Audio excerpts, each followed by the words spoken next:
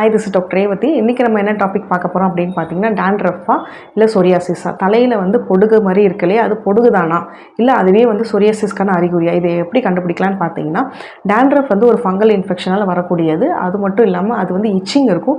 சொரியும் போது பார்த்தீங்கன்னா உங்களுக்கு ஒயிட் கலர் குட்டி குட்டியாக டஸ்ட்டு பவுடர் பார்ட்டிகல்ஸ் மாதிரி வரும். இதுதான் டாண்ட்ரஃப்.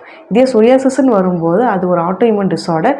அண்ட் அதில் சிம்டம்ஸ் எப்படி இருக்குன்னு பார்த்தீங்கன்னா, நமக்கு வந்து ரெட் கலரில் பேட்சாக ஃபார்ம் ஆகும் தலையில்.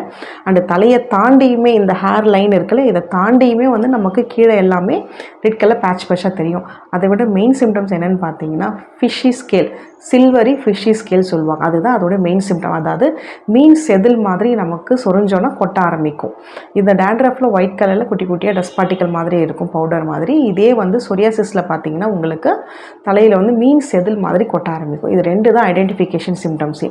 இதுக்கு வந்து ஹோமியோபதியில் நல்லாவே ட்ரீட்மெண்ட் இருக்குது. டாண்ட்ரஃப் ஜஸ்ட் ஒரு ஹைஜீனிக் மெஷர்மெண்ட் எடுத்து மெயின்டைன் பண்ணாலுமே போதும், ஓரளவு கண்ட்ரோல் ஆகிடும். பட் சொரியாசிஸ் பொறுத்த வரைக்கும் உங்களுக்கு கட்டாயம் மெடிக்கல் ட்ரீட்மெண்ட் தேவைப்படும். நியர்பை ஹோமியோபதி டாக்டரை பாருங்கள். அவங்க வந்து உங்களுக்கு நல்ல மெடிசன்ஸ் கொடுப்பாங்க.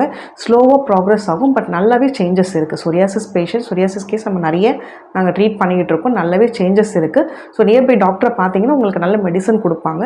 இதை வந்து ஃபர்தராக கண்டினியூ பண்ணிக்கிட்டே இருக்க நல்ல சேஞ்சஸ் கொடுக்கும். சொரியாசிஸ் வந்து நீங்கள் பயப்பட வேண்டாம், நல்லாவே ட்ரீட்மெண்ட் பண்ணிக்கலாம். நியர்பை டாக்டரை பார்த்தீங்கன்னா உங்களுக்கே தெரியும் சேஞ்சஸ். தேங்க்யூ.